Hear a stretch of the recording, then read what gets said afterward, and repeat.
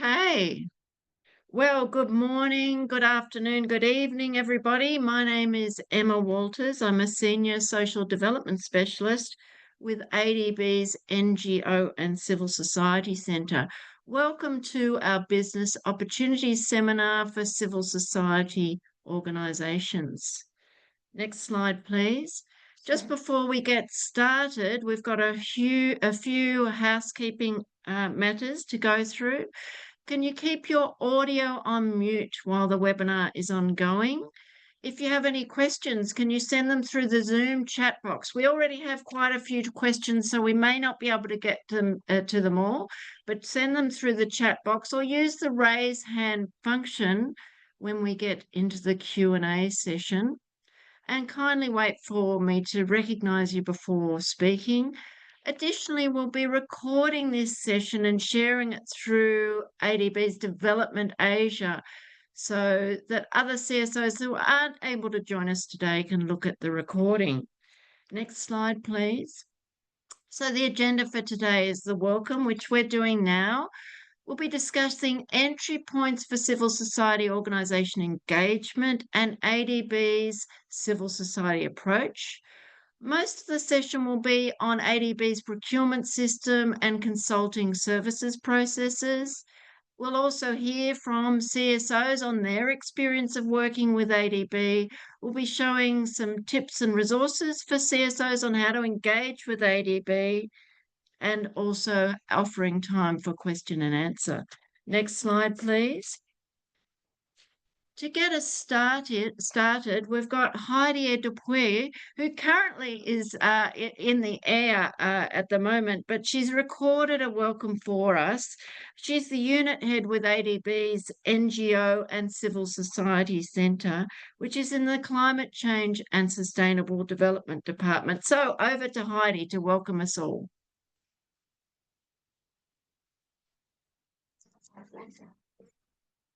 Hello, my name is Haidy Ear-Dupuy. I head ADB's NGO and Civil Society Center. It's a pleasure for me today to welcome you to ADB's outreach on business opportunity for civil society. The NGO and Civil Society Center is working very closely with internal ADB as well as external audiences to capacitate civil society to understand how we work with civil society community. And this event is one of the many events that we conduct to help build capacity of civil society to understand our process and procedures. We're collaborating with our colleagues from procurement department to work on how we can make our systems and processes friendlier for civil society to engage with ADB finance initiatives and projects, as well as we are working on the capacity building side of civil society to ensure that civil society are able to understand our systems and processes. Last year, ADB's president approved our civil society approach paper, and in that approach paper is a commitment of ADB to work collaboratively with civil society in both the operation, project implementation, as well as our country programming and our policy engagement.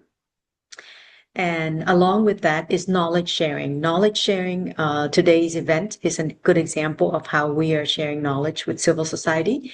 And also we want to hear from you and any questions or any challenges you face in engaging with ADB. And then the third area is to look at how we engage with civil society for the purpose of transparency and accountability. So with that, I'd like to welcome you again to this discussion on understanding how ADB works with civil society. And we hope that you will be able to understand better how we engage. And if you have any questions after the event, you please feel free to contact us as well. So that concludes my welcoming message. I hope you have a productive discussion. Thank you. Thanks so much, Haidy.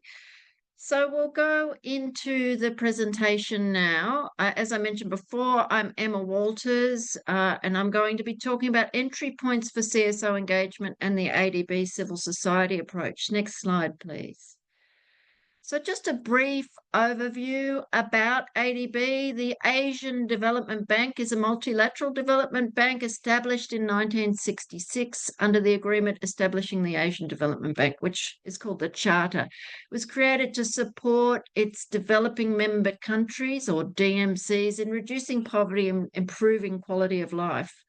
We channel resources to DMCs through both sovereign, which is public sector, and non-sovereign or private sector projects. And ADB is owned by 69 member countries, 50 of those in the region and 19 in non-regional. Next slide, please. Our overarching vision is outlined in ADB's long-term corporate strategy, which is called Strategy 2030. You can use the QR code there to find out more about our strategy. And the vision is to achieve a prosperous, inclusive, resilient, and sustainable Asia and the Pacific while sustaining efforts to eradicate extreme poverty. We report on our performance annually through the Development Effectiveness Review.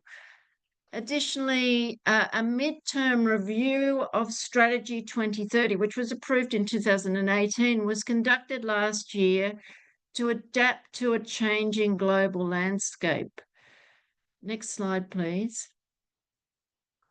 The midterm review outlined 5 strategic focus areas for ADB, where we can have bold impact on poverty reduction and economic and social development. And they are climate action, private sector development, regional cooperation and public goods, digital transformation, and resilience and empowerment. So I do suggest that you have a look at the QR code that I showed earlier and have a look at what our strategy and objectives are. Next slide, please. So how do we think of civil society? We generally use, as a rule of thumb, the idea that civil society refers generically to organisations not based in government and not created to earn a profit.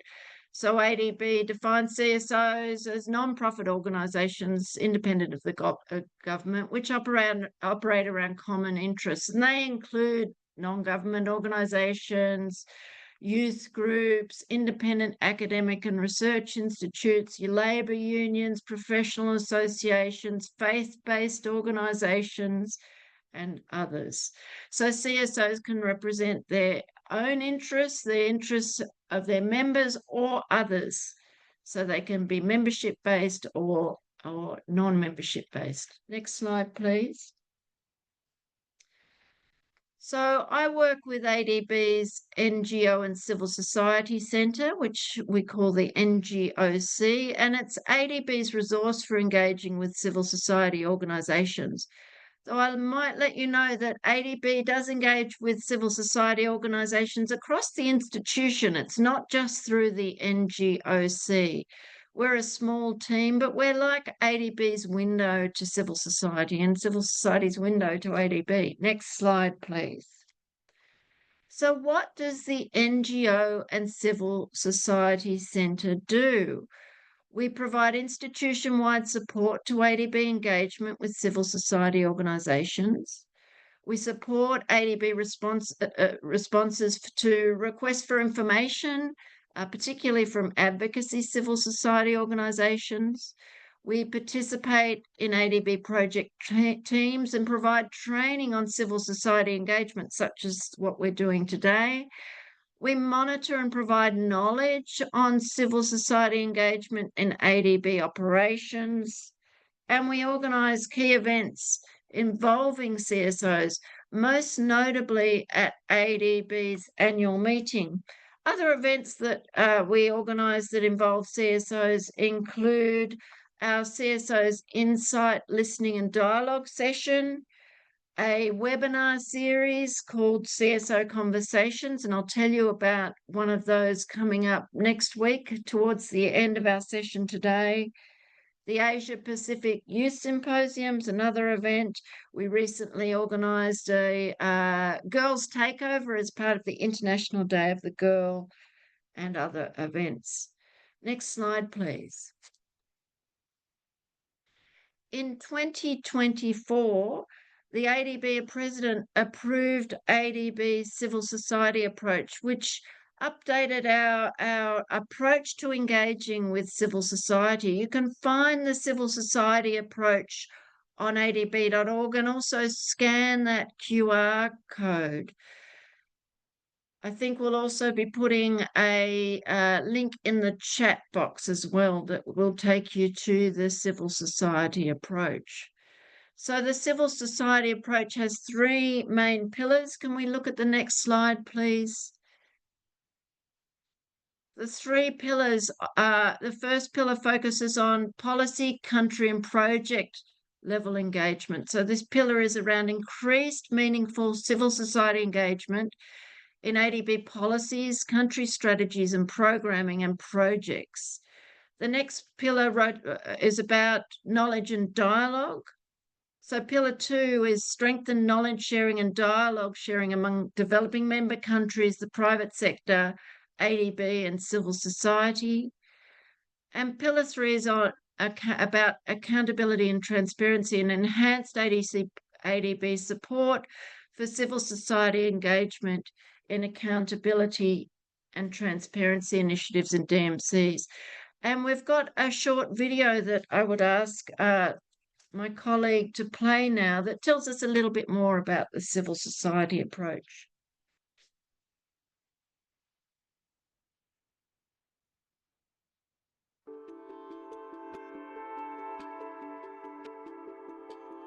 The Asian Development Bank recognizes the importance of civil society in supporting development and addressing critical development challenges that we face in the Asia and the Pacific region. ADB is enhancing how we engage with civil society organizations. CSOs offer unique skills and specialized knowledge of local communities that can help us deliver better and more inclusive development programs. We have seen how they provide value to improve the effectiveness, sustainability, and overall performance of ADB-supported activities. As ADB works to deliver impactful development projects across the region, we have encouraged civil society participation through various policies and partnerships. With the support of our NGO and Civil Society Center, ADB's engagement with civil society has expanded and evolved over the years. This experience has provided lessons and insights that enabled us to develop a clear operational approach for engaging with civil society more effectively.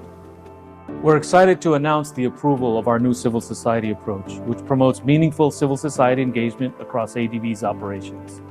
Through this approach, ADB will take on a more proactive role in NGO and civil society participation. The civil society engagement approach focuses on three pillars. Pillar 1 is about increasing meaningful civil society engagement in ADB policies, country strategies, programming, and projects. This means reviewing, developing, and promoting policies, programs, and operations not only to facilitate wider civic participation, but also to build the bank's capacity for engaging with civil society. Pillar 2 relates to strengthening knowledge sharing and dialogue. To pursue this, we will encourage more interactions among ADB, civil society, developing member countries, and the private sector around important issues such as environment, energy, and other frontier topics. And finally, Pillar 3 will support accountability and transparency. Civil society organizations can be a conduit for citizens' engagement, so it is important for ADB to work with governments and civil society to support lucid development processes and stronger governance. This new approach is an important step forward in enhancing how we engage with CSOs and will support ADB's continued growth and evolution as a key development partner in the region. The new approach also supports our commitment to resilience and empowerment in our work, as articulated in the Strategy 2030 Midterm Review. Together, we can build a more prosperous, inclusive, resilient, and sustainable Asia and the Pacific.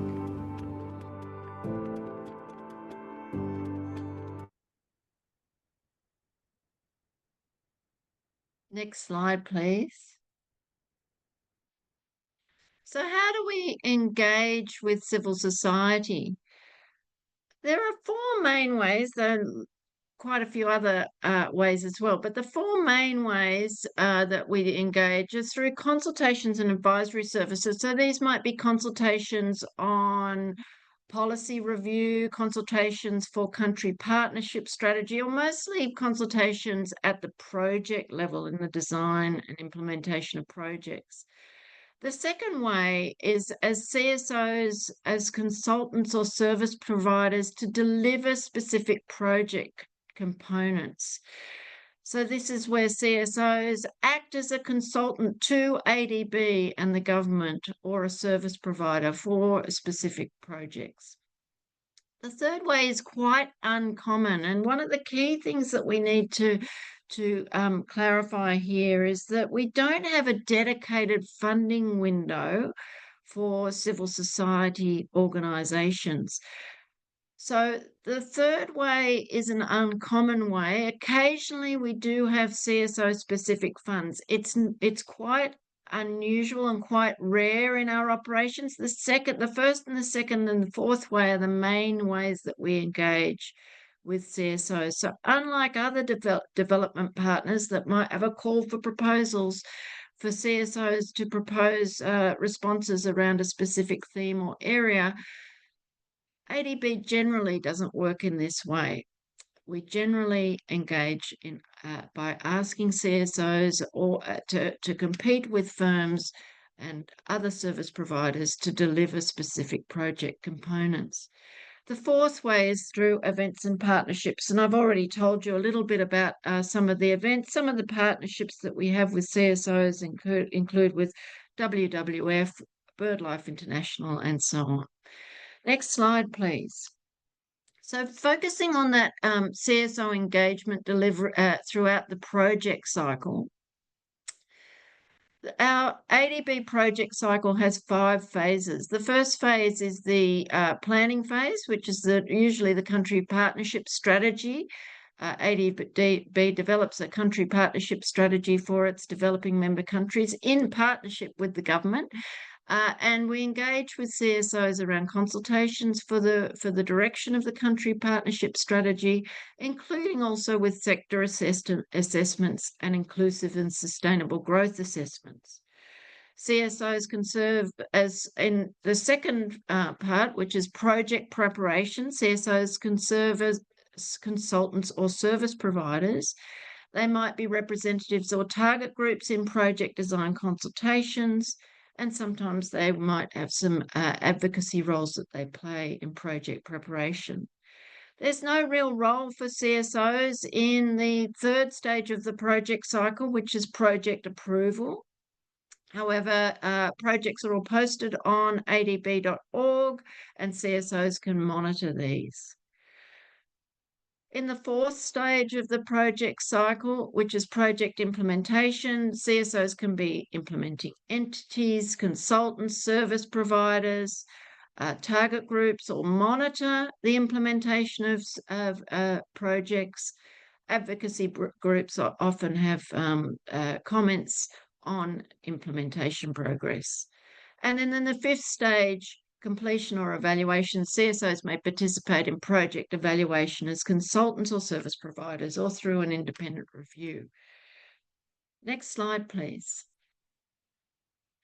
So there are 2 sources of funding for engaging with ADB through consulting opportunities, and my colleague from our procurement division will talk about this in more detail. But it's important for CSOs to understand the distinction here. The box on the left is technical assistance. This is a source of funds that ADB uses to design projects with the government. It hires experts in that project design to help design the project or lay the groundwork for project implementation. Technical assistance can also be used for innovative or pilot projects. The selection is overseen by ADB, and it's important to understand and use ADB's consultant management system, which we'll talk a bit more about later on. After the project is designed, then the loan or the grant is implemented by the government. So then the government oversees selection for consultants and service providers to implement the project. The procurement plan guides the procurement of consultants and firms to help implement that, and we use government procurement systems. It's also important that CMS is used as well. So there's two broad areas of two different sources of funding. So one is technical assistance to design projects, and there's entry points for CSOs there, and that is managed by ADB. The other is when a project is being implemented, it's managed by the government, and there's entry points for CSO engagement there. Next slide, please. Some roles of CSOs in projects. Participate in project design, participating in consultations about project design features, assisting ADB and the government design gender action plans, providing inputs to environmental and social assessments, and potentially designing or help design or having inputs to designs to specific project components. For example, with an education project, potentially providing recommendations how to increase girls' participation in TVET, or potentially for a health project, providing recommendations or inputs onto how to design a non-communicable diseases intervention. In project implementation, CSOs are often contracted for training and awareness raising across a range of different issues, for example, road safety or water sanitation and hygiene campaigns, delivering information campaigns, potentially around gender-based violence, implementing gender action plans, leading behaviour change and communication activities, helping to implement resettlement plans, implementing those specific project components that I discussed earlier, and supporting environmental action plans. Next slide, please. So the key steps to take are to register in ADB's consultant management system. So double check your entry, and my colleague who's speaking next will talk a bit more about that.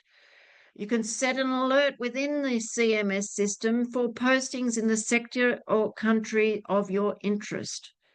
Remember to review the criteria or terms of reference very carefully.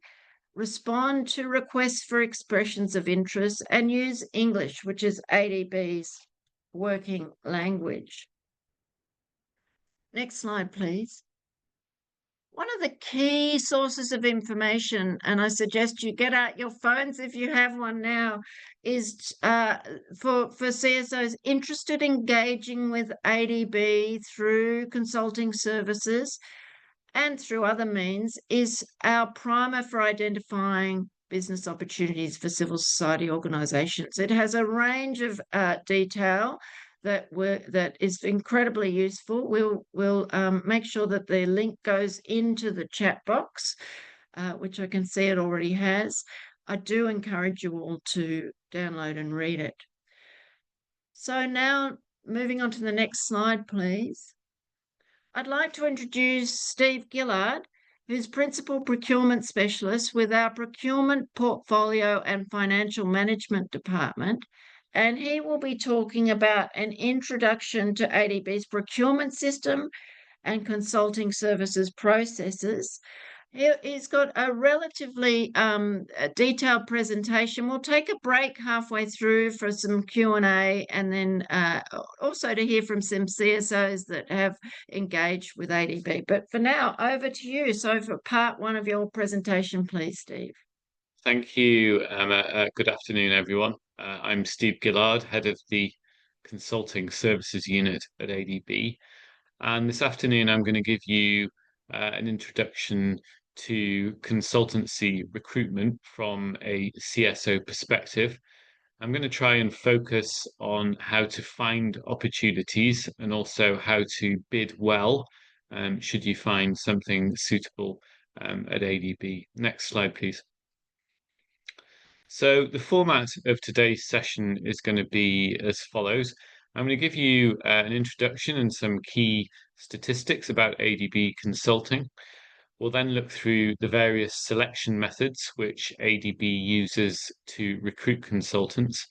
We're then going to talk about the consulting management system, which you'll often hear abbreviated to CMS. And CMS is really the key system which you need to be on top of if you're interested in working with us as a consultant. We'll then go into some information about finding info and opportunities about ADB and its projects. I'll then walk you through the key stages of the bidding process, including expressions of interest, proposals, and things like that. And then we'll have some time for Q&A at the end. Next slide, please. So introduction and key statistics. Next slide. Thanks. Okay, so Emma's kind of partly covered this, but I think it's important to go into a bit more granularity and start by telling you a bit about the sources of finance for ADB consulting. So we have loans, which I think everyone understands. It's where ADB lends some money and the borrower country pays it back. Then we have grants, whereby ADB makes finance available, but there's no expectation of repayment. But for both of these, the key thing is that the money passes to the borrower, who spends the money on the consulting. So this means that the consultant is selected by the executing agency or the borrower, and ADB generally has a sort of review and oversight function. The consultant will also be contracted by the EA, and the process is mainly done offline. It's mainly done on paper using a package of documents which we call the Standardized Request for Proposal, or SRFP, and we'll go into that later. And should there be any complaints or contractual disputes, then these will be dealt with by the borrower. And then we have two other types of funding. One is technical assistance, which is money made available to ADB, generally in support of projects. And we administer it on behalf of whichever fund or donor may have made it available. And we also have staff consulting, which is where ADB supplements its own staff requirements with short-term consulting. We're not going to talk so much about that last one because it's not particularly relevant to CSOs, but the TA and staff con are dealt with all by ADB. So we select it generally, we will contract it, we will use our own system, this CMS that we've talked about, and we will use, if there's any complaints or disputes, ADB will handle them. Next slide, please. So when we come on to the types of consultants who will perform contracts. So we have firm consultants, and firm consultants are can be private sector consultants. So you may have heard of large international consultants like Mott MacDonald, McKinsey, etc. They'd be typical private sector consultants we could use. But we also use a lot of other types of organization that maybe aren't purely consultants by their nature. So we use CSOs or NGOs. We use universities, think tanks, research institutes, and we also use international organizations like UN agencies, UN Ops, things like that, or FAO. So that's firms. And then we also have individual consultants. So they can be private individuals, that's the man or the woman off the street. Or they could be individuals who are employed by firms. So this is very important. We already know a firm can include a CSO. So an individual consulting contract could actually be won by one of your experts. So you can put that expert forward if you think that they're qualified to deliver a particular assignment. And you'll see shortly that we actually have lots of individual consulting contracts each year. So this is certainly something worth bearing in mind. Next slide, please. So now that we understand the funding and the types of consultant, we'll look at the statistics for the 2024 year.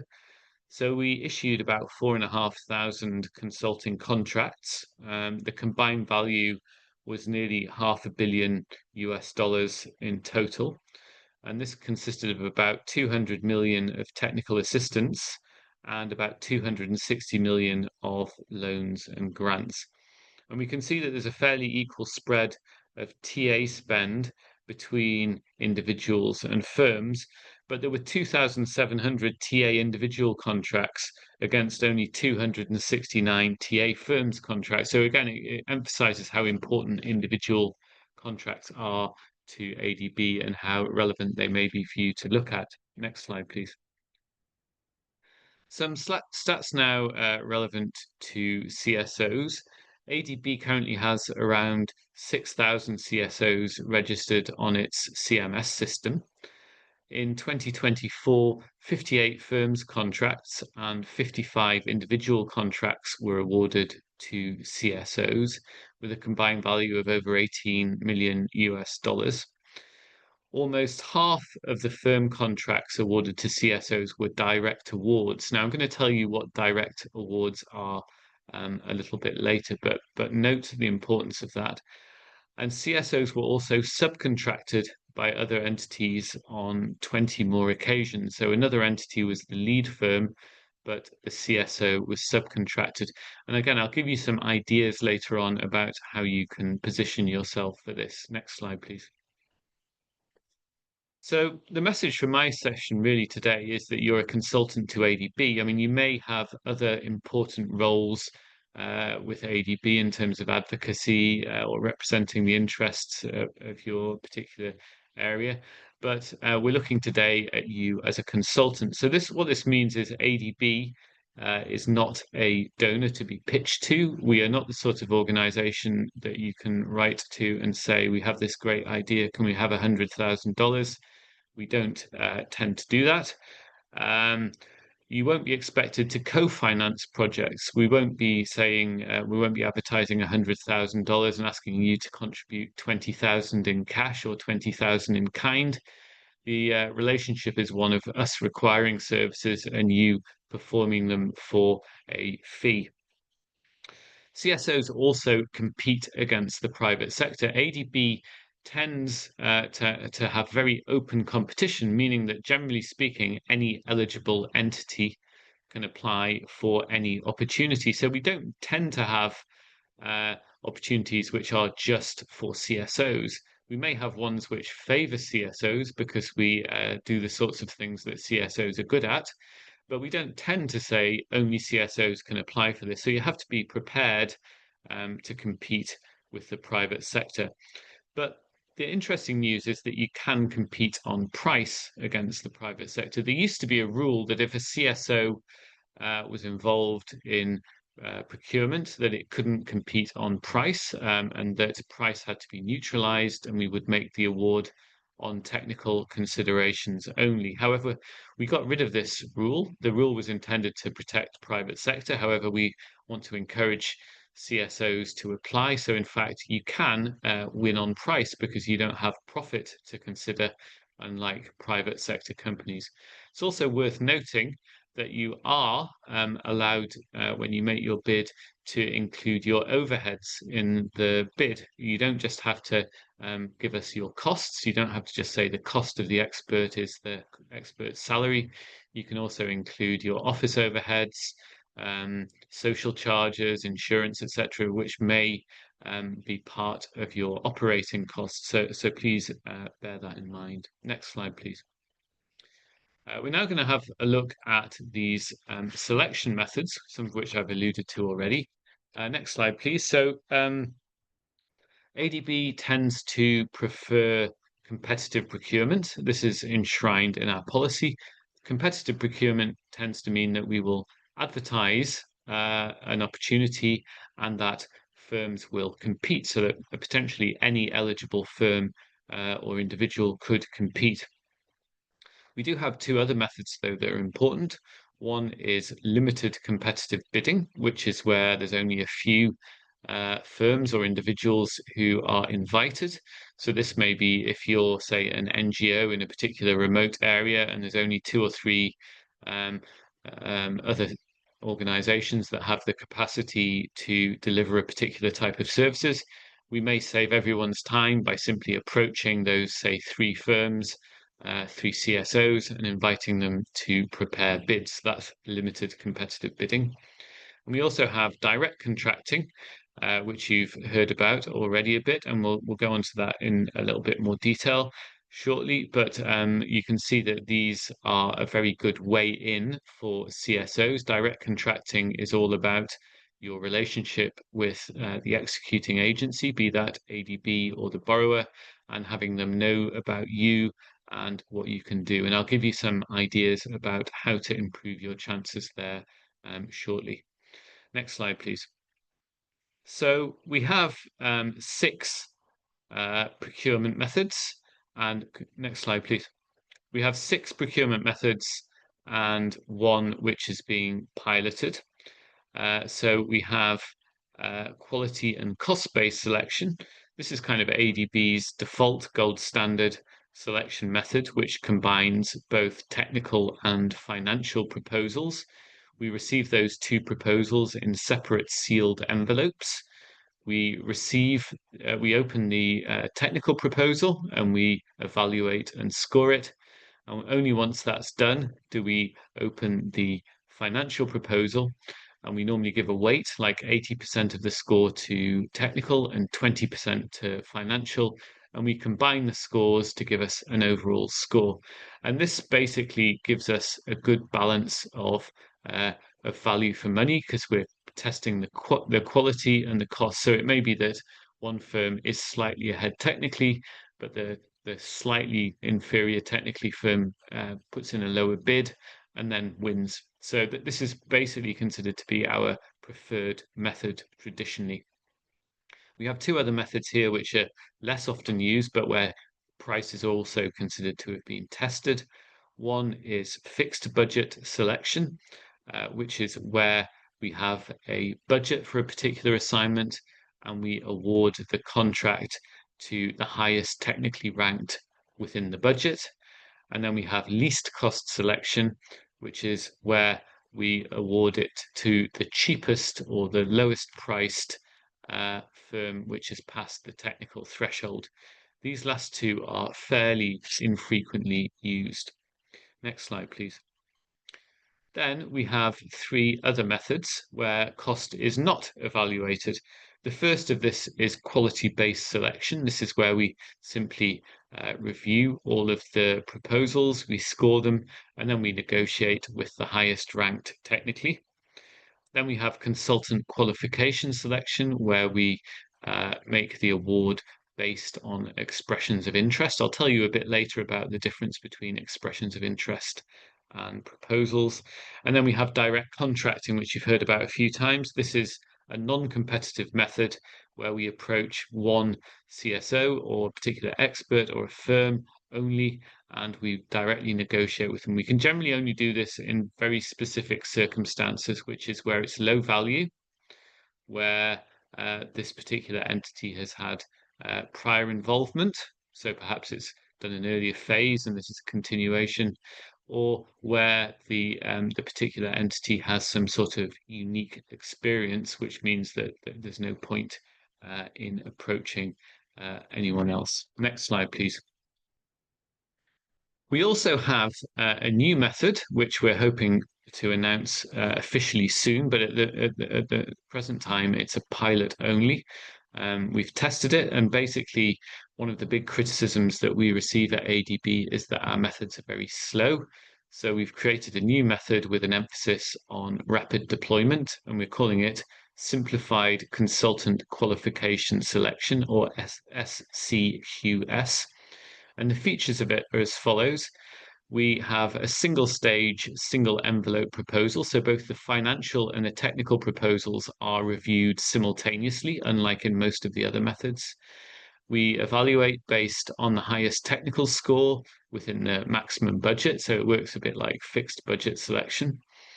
We check the financial evaluation follows competitive principles, so we don't normally negotiate. If we take the financial proposal at face value, and any desired changes to the standard contract terms are declared as part of the proposal by the consultant, so that this saves a lot of time in negotiations. And we found that when we use this method, we've roughly halved the amount of time it takes. And if we look at the next slide, we can see the effect that this has had. On the right, you can see this new method, SCQS, which is now about 40% of the total in awards. Then we have QCBS, which is about a quarter, and single source selection, which is about another quarter. So really, there's only 3 methods that are really widely used now. So if you want to do some research and reading, I suggest you focus on these 3 and target them. Next slide, please. So that was firm selections. If we look at individual selection, the process is actually fairly straightforward. We issue an advertisement which contains terms of reference, budget, etc. We do a shortlisting, which means that we select the best handful. We decide which is the best out of those, and then we move straight to negotiations. And we'll negotiate on various matters, normally particularly on the financial aspects, which we'll come to now. Next slide, please. So ADB has a fiduciary responsibility as a custodian of public funds to ensure value for money. But at the same time, we are prepared to pay market rates for consultants. So if the rates have not been tested through competitive processes like we looked at there, like QCBS, SCQS, then we need to test the rates. So what we do in that regard is that we either seek substantiation, which means that we request rate evidence for the expert. So we will ask the consultant to show evidence that the consultant has performed on a recent similar assignment at the requested rate. And if they can demonstrate that, then we can be capable of matching that rate. Or we use our own confidential matrix, which plots each expert according to their qualifications and experience on the matrix, and we have a number which will be derived, which we will offer. Next slide, please.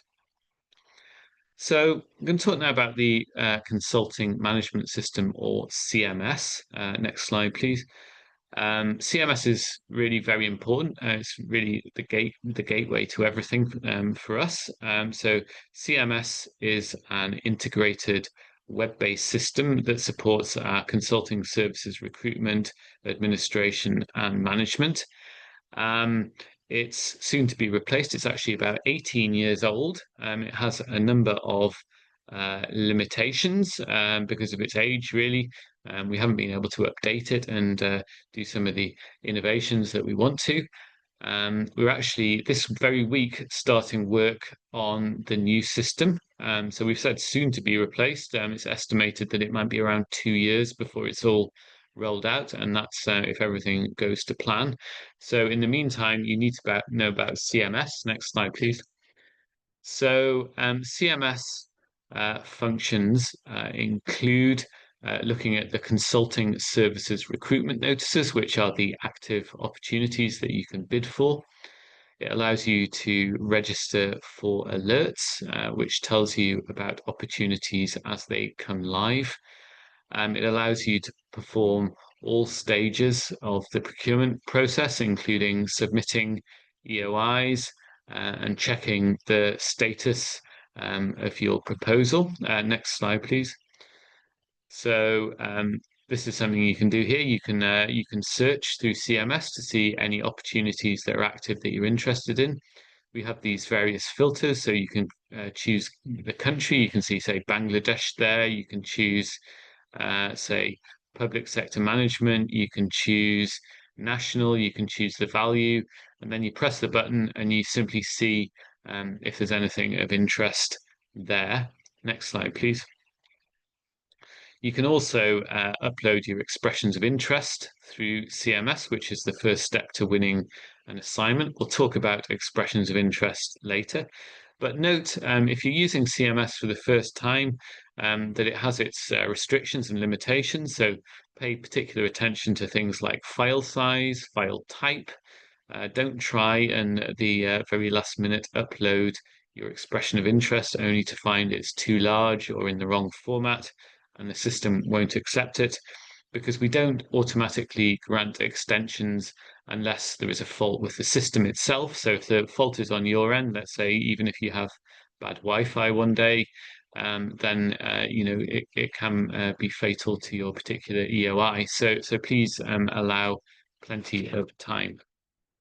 Next slide, please. We also have weekly alerts. Weekly alerts look like this. You can register for these through CMS, and you will receive once a week a list of the active opportunities. I would say don't rely exclusively on this, because this is only issued once a week, and it may be if we only have something active for say 10 days or something, that if you only see it, say 4 or 5 days after it's come out, then it may be too late. So don't rely on it, but it's still a useful aid memoir. Next slide, please. We also find that CMS generally is fairly intuitive and easy to use, but there are certain problems that you may have, and also obviously if you're coming to something new and you're not familiar with it, it may be worth having a look at the consultant tutor, which contains walkthroughs and tutorials on the various steps. So please feel free to have a look at that if you need it. I think I'm going to pause here. I think there's going to be a video. I'll hand back to Emma, and then after that pause, we'll look at some of those issues in a bit more detail. Thank you.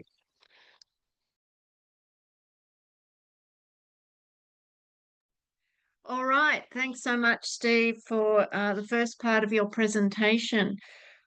We're going to have a video now from 3 CSOs who have experience working with ADB.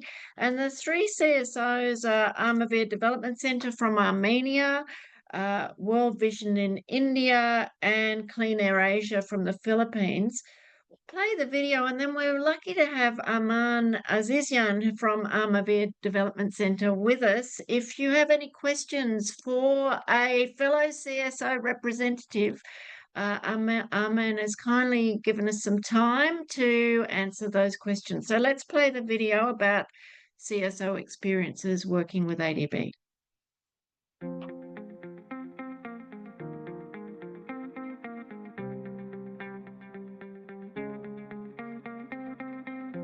With ADB, we supported 15 communities to mitigate the effects of COVID-19 pandemic in Armenia, providing their tailored support in terms of technical assistance to community, capacity building, and addressing different aspects of COVID-19, healthcare, education, and also employability and economical impacts of COVID-19. As a CSO, we learned, and specifically if you want to say, the competency that we do not have within NGO, we are able to hire and do the best. And also the frequent meeting, feedback sessions, it's all quite interesting to revise all our programs and design the program very well. So a lot of back and forth communications, quick meetings. This is all very, very benefiting on both the sides. And we are very proud to say that we are able to produce a lot of good documents for this project.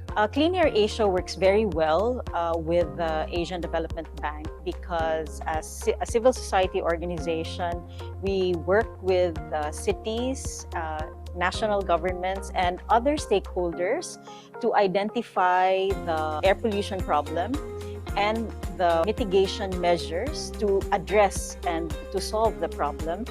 But this usually requires investments in terms of air quality monitoring systems or infrastructure, clean transportation, cleaner industries, cleaner energy.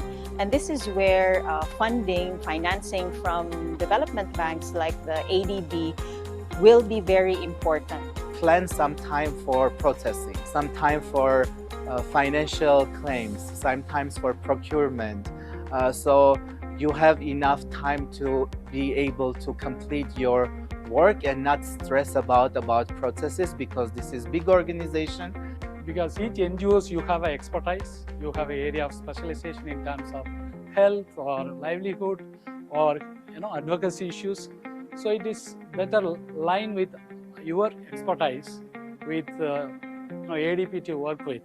So it's a good opportunity you can look for, and really your expertise will be used for the betterment of the benefit of the larger society. Ultimately, within the ADB, you work with people, and having a champion in the organization who will go the extra mile to link you with the regional departments, show you the ropes on how to deal with specific resident missions would really go a long way for your projects to succeed.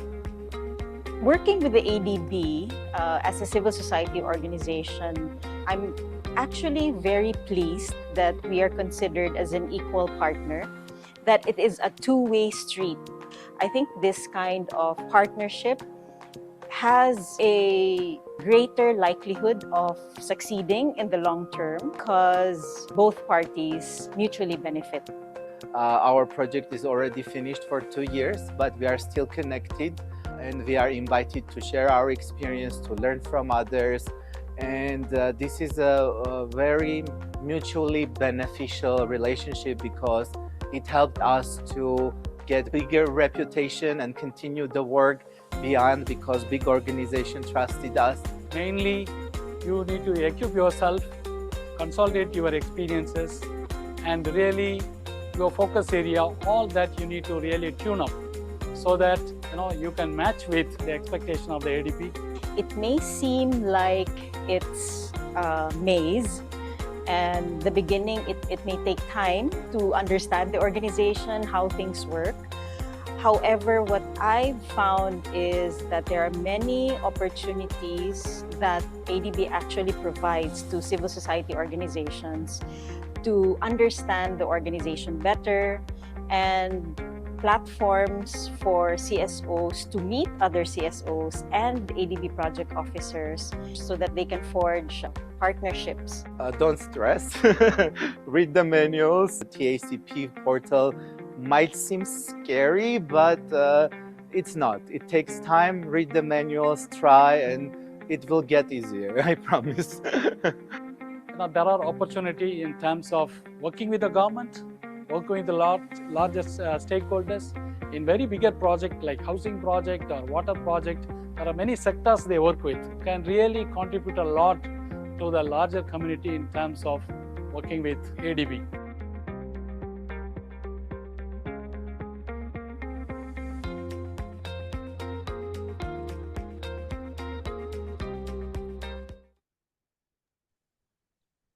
Well, hopefully that gives you some hope and some inspiration.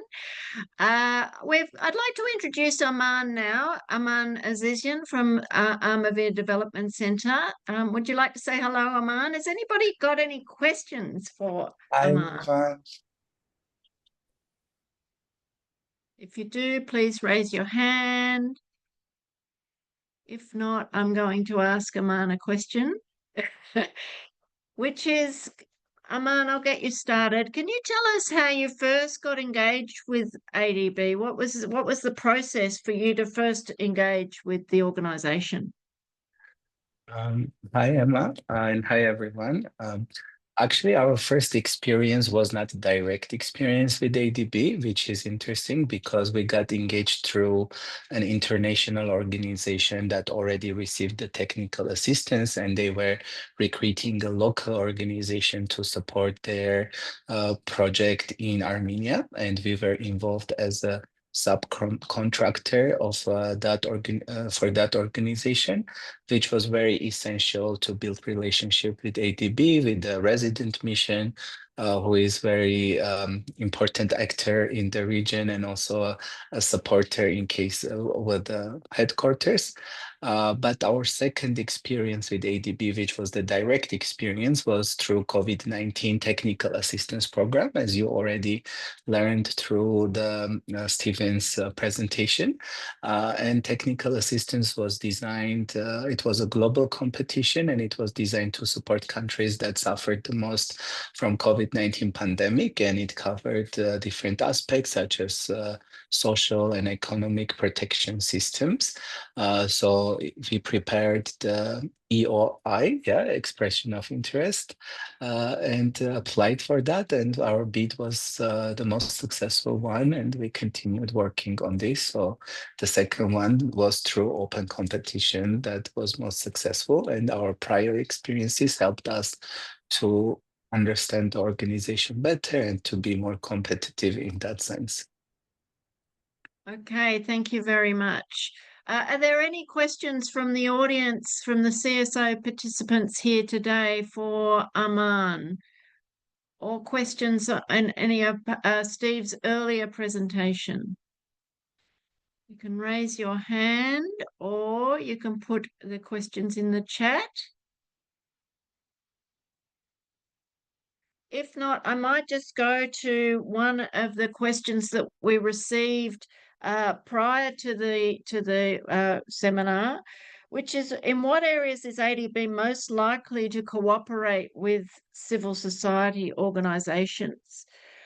ADB has 8 different sectors, and cooperation happens across those 8 different sectors. I'll let you know what they are, and I'll show you a little bit more about this when we look at ADB's website towards the end of the session today.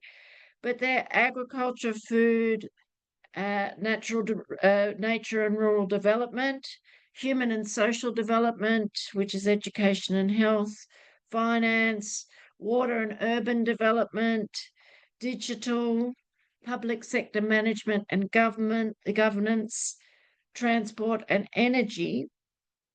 Of those, we find that the areas that have the highest CSO engagement are the agriculture sector and water and urban development. Although human and social development, the education and health sector has engagement as well. Are there, Lynn, I see that you've got your hand up. Would you like to turn on your microphone and ask Aman a question? My question is not actually for Aman, it's just a general question, Emma. My question is that usually there's quite a short timeline for the EOI, for the responding to the EOI. So I'm wondering if there's any way for us to get a advance notice or kind of a heads up, you know what, these projects are looking to hire people or technical assistants in these areas, maybe at least a couple of months in advance. So at least we can stand by with the necessary resources to respond. Thank you. Yeah, there are ways to find that out, and I think Steve will be touching on that a bit. There's a procurement plan that projects have, but I'll also be showing you how to use the adb.org website towards the end of this presentation, Lynn. So we should give you, hopefully by the end of the presentation, you'll have a better idea. All right, then. I'd like to thank Aman. Here's one question. It's just popped in the chat, and then I'll let Aman go. Question for Aman. Would be great to know the reporting requirements and obligations and any specification or differences that you may have come across. So what's different about working with ADB as far as reporting requirements and obligations? In fact, as mentioned, ADB is not a donor organization, and their practices is very different from the standard practices we might be used to. Donors, in some cases, it is simpler. In some cases, it requires more time, such as important aspect to notice that, for example, when you negotiate your contracts, some contracts give opportunities to ask for advances. Some they don't. So it's very important as a CSO to be careful in negotiation process to be sure that there is advances possible, especially if it's a larger program. In terms of financial planning for procurement processes, it's important that ADB usually requires 3 bidding for every procurement, and liquidation processes. There are specific things to keep in mind based on your contract, how much you can request a claim of advance, how you liquidate, and prior approval moments. So it's a very bureaucratic in that sense. So you need a really professional procurement and financial specialist in place to make sure that all the processes are handled correctly. But also, as other speakers mentioned, ADB staff is very, very supportive and very open. The NGO center, and sometimes there are also international consultants hired to the technical assistance who support these processes. So in that case, we received tremendous support to implement the reporting correctly. And there's two more questions. I might just ask the second one. Katerina, your question we're going to cover later on. But Aman, how did you choose which tender is suitable for your organisation? And then we'll move on back to Steve's presentation. So over to you, Aman.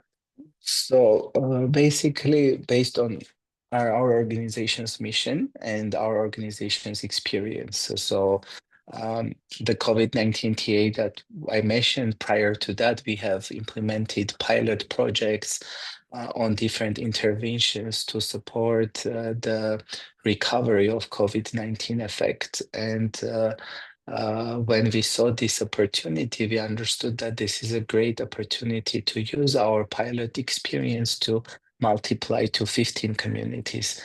Before we were working with one community. So based on prior experience, based on our mission and our strength to decide what to apply for.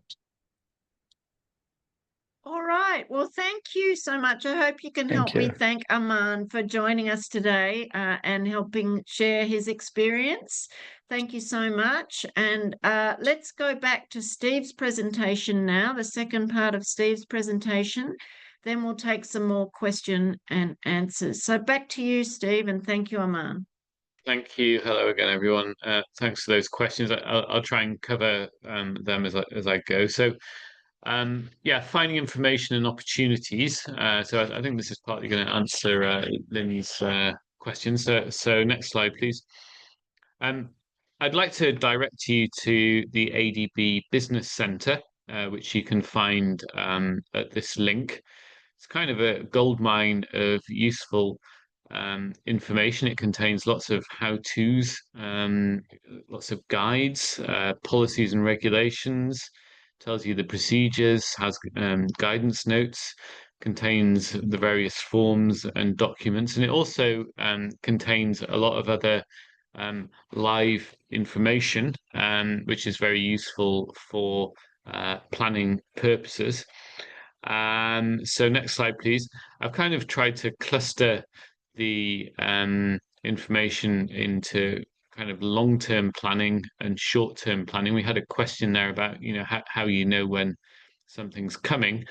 And we do have some things which give you advance warning. So we have country partnership strategies and procurement plans. We also have more immediate opportunities, which are the expressions of interest and the list of shortlisted consultants. I'll explain why that's interesting to you in a bit.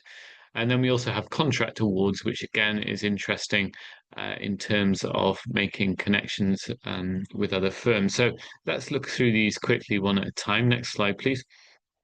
Country partnership strategies are basically agreements that ADB has with the various developing member countries, and they're fairly high-level agreements which set out what the intentions are, normally for about a 5-year period. So, as I say, they're quite high level, but they'll give you a lot of useful information. So, particularly as CSOs, let's say you're interested in gender or gender-based violence or something like that. That may be your theme. You can read through and see what ADB is planning, and you can start preparing. For instance, if it says ADB will make sure that gender-based violence is reviewed and mitigated against in its projects, then you can you can start preparing, working out where the projects are. And start thinking about how you can put together teams, or maybe get into cooperation with perhaps private sector or other CSOs to put together interesting bids. Now, next slide, please. And the granularity of that will come to light when you look at the procurement plan. And the procurement plan basically gives you a pipeline of the upcoming procurement associated with a particular project. So it will include goods, works, services, and of course, consulting services, which is what we're interested in today. Obviously, when it's first published, it's indicative, but as time moves on, it becomes more concrete. So you need to keep monitoring this. Don't just look at it once a year, look at it every month, perhaps, and see if that project that you are waiting for has been announced, or whether it's been moved forward in time or changed or moved backwards in time. Because if you see something that has got your name on it, you think, then obviously it's worth monitoring it carefully and starting to prepare long before the actual procurement notice, the CSRN, is published. Next slide, please. So here is the actual procurement notice, or the list of procurement notices, the CSRNs. You can click on these and obviously it will give you important information. We're going to look at this in more detail a bit later, but I would suggest immediately that you note the deadlines. We already got a question there about having quite short periods for the EOIs, which is true. You may have to act quite quickly, which is why the previous slides are important. So you have to prepare and think ahead. Next slide, please. I'm also going to draw your attention to these sort of hop-on opportunities, and one of them is the shortlist. ADB actually publishes a list of all shortlists. A shortlist is basically the expressions of interest which are best for a particular assignment, and the firms that are invited to prepare proposals. Now, this is interesting to you because during the proposal preparation stage, firms are generally permitted to find subcontractors. So let's say you're interested to use that example of gender-based violence, if that's your specialism, and you find there's a road project in your particular country, you may wish to see if there is, there's a gender element there. And you may approach some of those, let's say, engineering firms and say, look, we can offer you this local expertise, this specialism. Would you like to hire us for that component of your project? Or, of course, you could team up with another CSO if perhaps you don't have the capacity to do it all yourself. So lists of shortlists are important. Next slide. Also important is contract awards. Now, contract awards, it's already done, so you're too late for this particular contract, but the contract awards gives you interesting information about who your competitors are, and it also gives you information about who's been successful. So again, it may be useful for you to approach other firms or other CSOs who've been involved with ADB in the past and see if they're interested in collaborating with you in the future. I should say that ADB doesn't matchmake. You don't write to us and ask us to introduce you. This is your job. You have to make those connections. So please don't try and go through us because we can't be seen to be constructing proposals. Next slide, please. Emma's already mentioned the ADB primer. I also think it's a very useful document. It was recently updated. I'm just going to mention one additional point, which is that the primer has a list of NGO focals. NGO focals are ADB staff whose job it is to help engage with NGO or CSO and to help them get into ADB and to understand how it works. So find out who your focal is. You can find it through this document and consider sending them a message and introducing yourself. Next slide, please. So now we're going to have a look at the bidding process. Next slide again, please. This is what a selection process typically looks like. We'll publish this CSRN, the procurement notice. We will receive a certain number of expressions of interest, which are prepared by the consultant. We'll shortlist a certain number of these, normally 3 to 6, and we'll invite that shortlist of 3 to 6 to prepare proposals, and we'll do that through a request for a proposal form. We'll then evaluate those technical proposals, and then after that's done, we'll open the financial proposals. We'll combine that, find out who the winner is, and then start the negotiations. That's it in simple terms. So I'm now going to show you, next slide please, the differences between the expression of interest, which is what you prepare in response to the procurement notice, and the proposal, which is what you prepare in response to the request for proposal. So the EOI is not legally binding. It's a fairly free-form structure where you're basically just showcasing what your entity can do. The proposal is legally binding and it's heavily templated. We'll look at that template in a bit. And the idea is that we're comparing like with like. So all the proposals look much the same and require you to submit the same sorts of proof and information. The EOI emphasizes on your general capacity to deliver something. So we look at your entity and its credentials, whereas the proposal, we assume that your entity is competent because you're shortlisted already, but we drill down into who you're putting forward for the assignment, because the experts tend to be the most important feature of a proposal, and also the methodology, which is how you intend to deliver it. So we want to know if you've got an innovative approach, if you're coming up with something interesting, or if you're just offering a sort of fairly standard service. Some additional points. EOIs are subject to government concurrence. Governments can object to having certain consultants shortlisted. ADB does not take this at face value. We always look and see the basis for this lack of concurrence. So if it's politically motivated, perhaps you know, say your CSOs offended your government and they don't really like you, then that's probably not going to be a reason for us to refuse to shortlist you. But if it's something legitimate, like, you know, you've defaulted on contracts or you've committed fraud and it's been upheld in a legitimate court or something like that, then we would probably honor it and remove you from the shortlist. But by the time we get to proposal status, we don't allow the government to object. It's purely ADB's decision for technical assistance. In terms of deadlines for EOIs, there can be flexibility. Sometimes we can allow a late submission, but for proposals, we don't. If you submit a proposal 1 minute late, your proposal will be rejected almost certainly, barring really exceptional circumstances.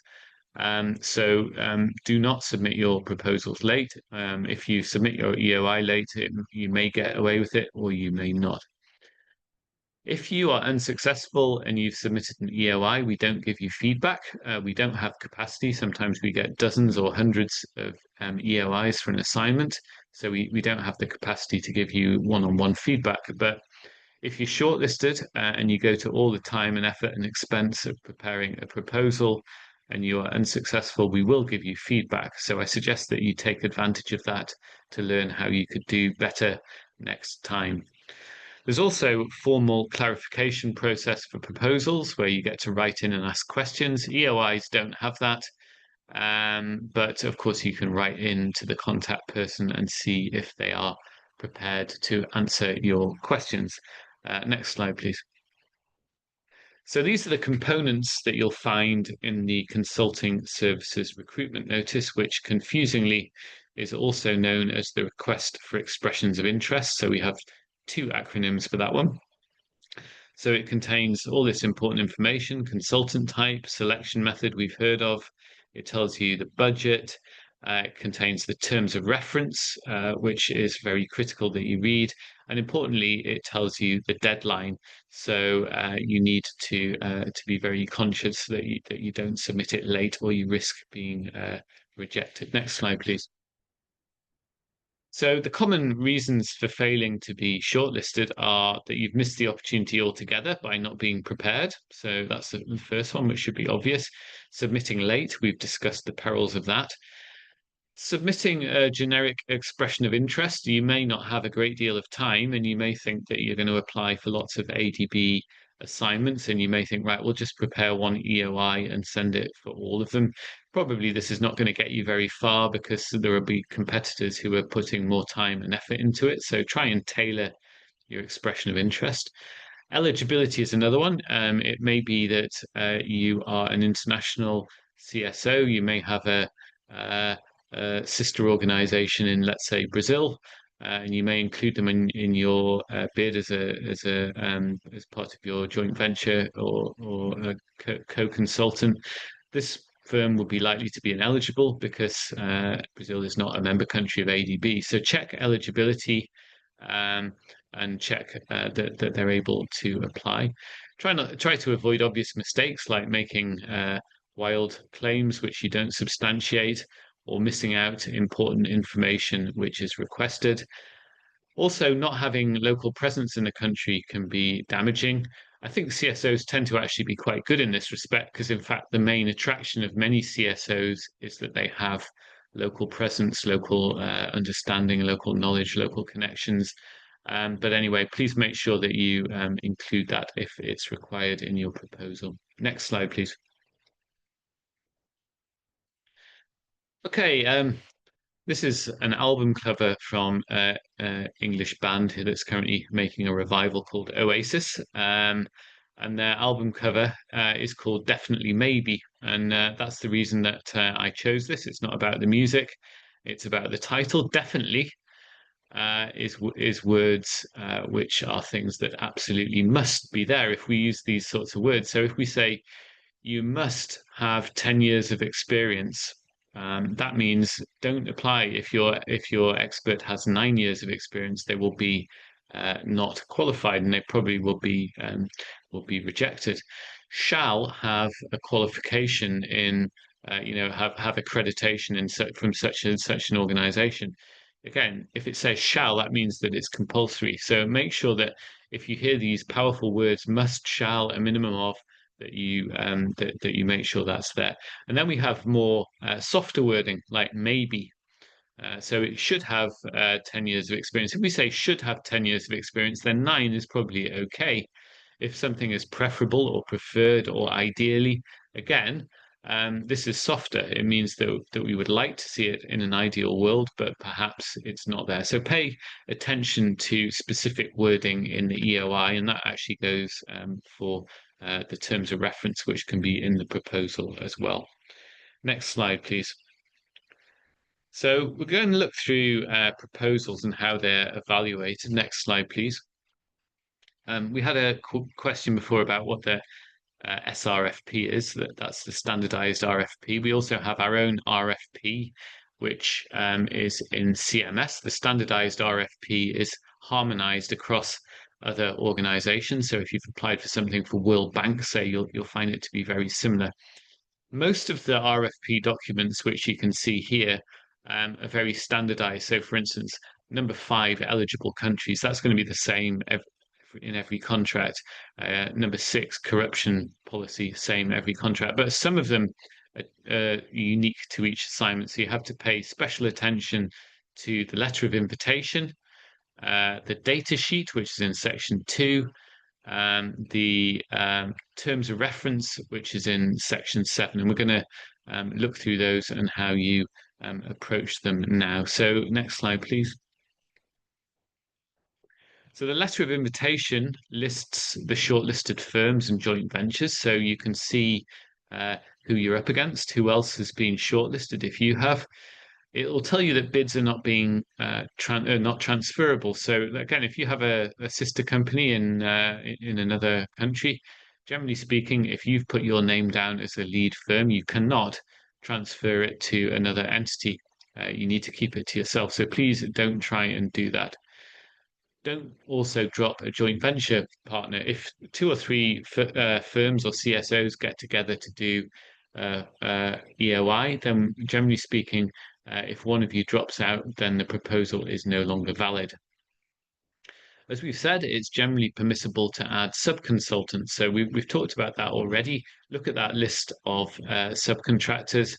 And you can either add firms in if you're the shortlisted entity, or if someone else is is the shortlisted entity, they can add you. Next slide, please.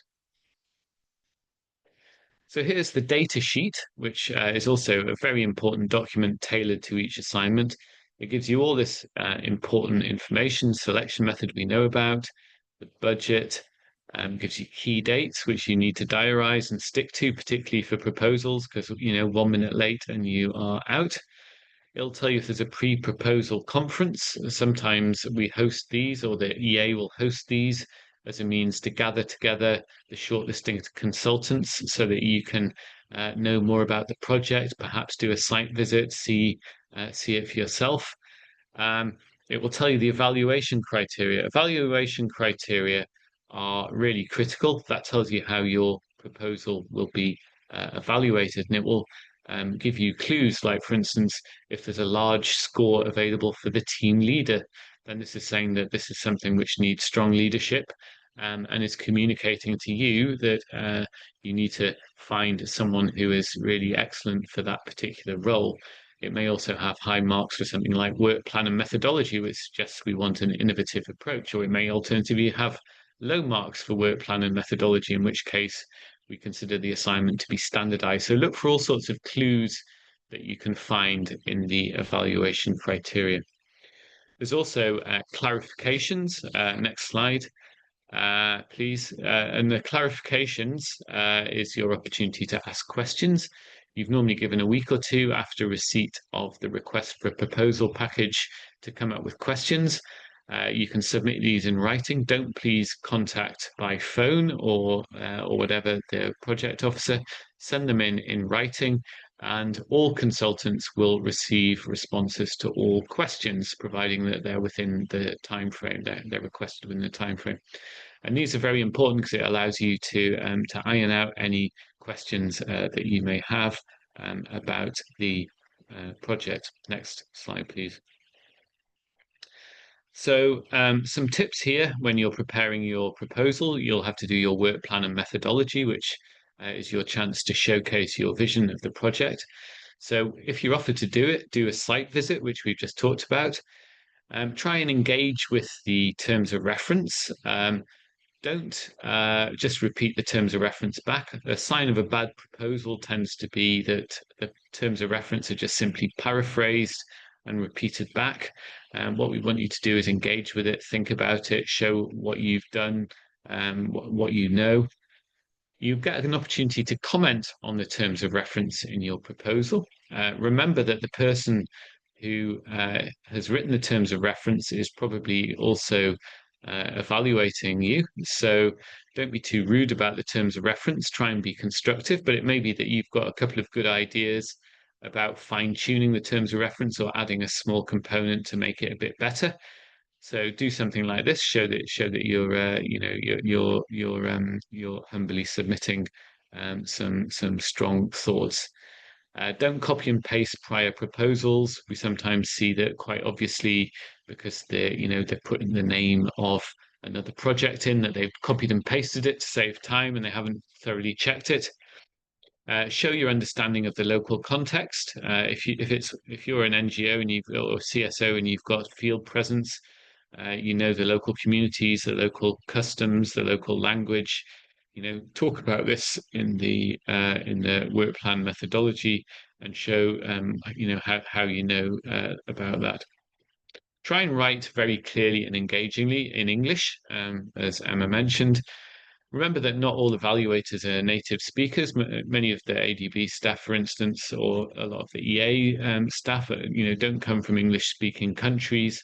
So, don't be overly complicated and technical, particularly, in the introductory stage. Try and draw people in, write a good story, show passion and commitment to the project. And also bear in mind that some of the evaluators are, probably not technical experts. Typically, you'll have one evaluator who is the project officer, and then you'll have two others who tend not to be closely related to the project or even from the team. So don't get too technical. Talk in a way that people can understand and engage with. Next slide, please. Try and ensure consistency between the work plan and personnel. So if you've suggested that you're going to do 10-person months of someone's time, make sure that in the personnel schedule you don't only include 8 months, because this will cause you problems. Try and clearly explain how deliverables will be performed. Deliverables tends to be what we're looking for, which is the outputs of the project. So explain how you'll go about providing those. And follow any prescribed minimum criteria that you may see there, because we may say a minimum of 90 days for somebody, in which case make sure that you honor that. Next slide, please. Some more tips. Select the best personnel. Proposals tend to be won and lost on personnel. I would say that's by far the most important thing. So typically team leaders are very important. We want someone who can lead a project, who we think we can call and who will be reasonable, who's experienced, and who will deal with problems when they get them. Local experts are important also. We're a development bank. We want to foster local participation, improve local capacity. So we'll often rate local experts quite high as well. Remember that if you have a key expert who is rated 0, then this can really pull your score down quite dramatically. So you need to make sure that all key experts are solid in what they do. If you don't have someone within your organization, consider subcontracting or bringing someone in. Next slide, please.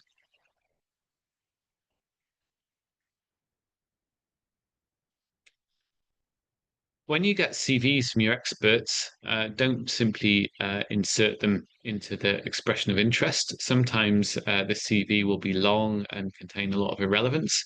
Spend a lot of time thinking about the assignment and thinking which of their past experiences are most relevant. Give those the foreground and tailor it. Obviously, be truthful, but by all means, you're allowed to showcase and organize your CV. Try and provide short summaries. So say the total number of years of experience that you've got in the project, and flag things like geographical experience. Put those in numbers, maybe somewhere on the CV, so that it's easy for the evaluator to notice it and you don't get marked down. Next slide, please. So when it comes to the financial proposals, which we've talked about, there's a few important things to note. Don't put conditions in your financial proposal or you may get rejected. So if you say, if such and such, our bid is 150,000, but if you want this instead, it's 200,000, then you'll probably get rejected. The reason being that it's impossible for us to evaluate. We can't give you 2 different technical and financial scores depending on circumstances. You need to bid on the TOR as they're expressed and make your assumptions and don't make conditions. Make sure that the total price is within the budget if there's a maximum budget. So for instance, we talked about fixed budget selection before. If you go over the budget, then you'll probably be rejected. Make sure there's consistency between the technical and the financial proposal. We will amend the financial proposal, possibly incur additional costs on you if there's inconsistency. Unfortunately, because we take the technical proposal as having precedence over the financial proposal. So that can make problems.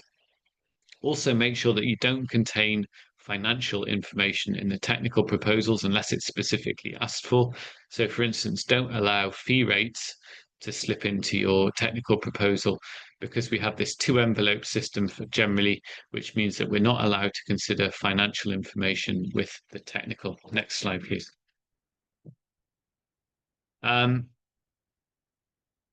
Here's the most common issues that we experience during negotiations. So if you've won, if you're the highest ranked consultant in a particular selection, this is what we'll see. We'll have problems that you can't substantiate the rates. This is if it's non-price competitive. So those methods like quality-based selection or direct selection will ask you for proof of the rates you're asking and you won't be able to supply it. Another is that you didn't budget properly. So for instance, you said in your technical proposal that there would be 12 visits, but you've only put enough flights in your proposal for 9 visits. This means that we might have to load those into your proposal at your expense. We'll often negotiate contract terms, so typically things like limitation of liability. Consultants want to negotiate that. Others can be IP ownership, intellectual property. Of course, for CSOs, there are some specific problems CSOs may have, such as gaining insurance or offering indemnities.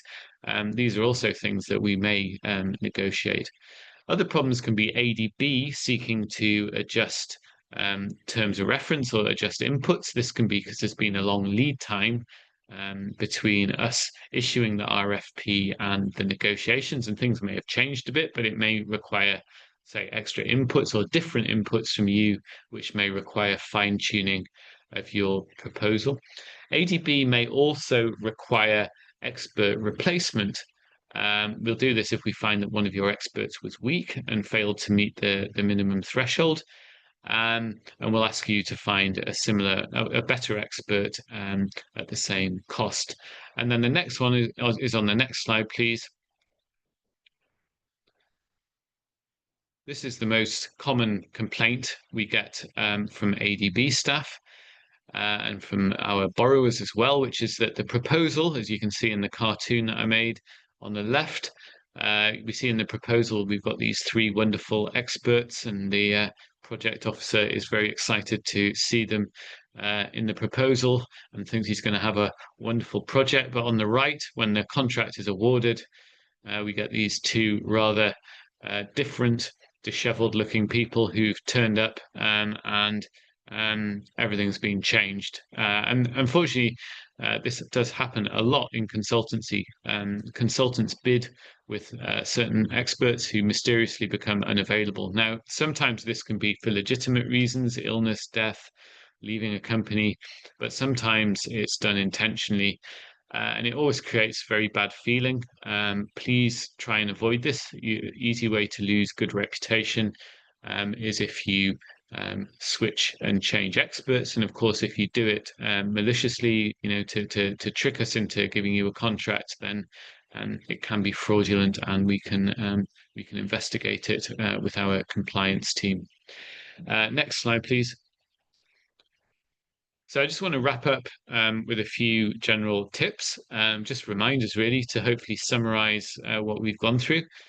Collect your intelligence. So I've given you some pointers today about where you can look. I think Emma will show you some more information on the website.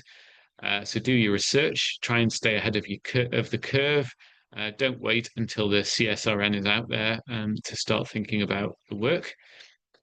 Work to your advantage. CSOs actually have loads of great advantages. You have often local connections, the legal system, the political system, the culture. This is all great. This is exactly what ADB often wants. So play to those advantages. Don't start bidding for things that are not within your skill set or your expertise.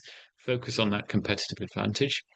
Try and have a CMS focal, or a ADB focal even. So the CMS or ADB focal would be someone that knows CMS, who monitors CMS, checks it every day maybe to see if something's come up, has a look at things like country procurement strategies, checks the website, looks at the projects, and sees if anything interesting is happening. They also may be familiar with CMS and how to deal with it. They may be able to know things like tricks and perils that you may find with CMS. So try and have someone whose job it is to check this if you can.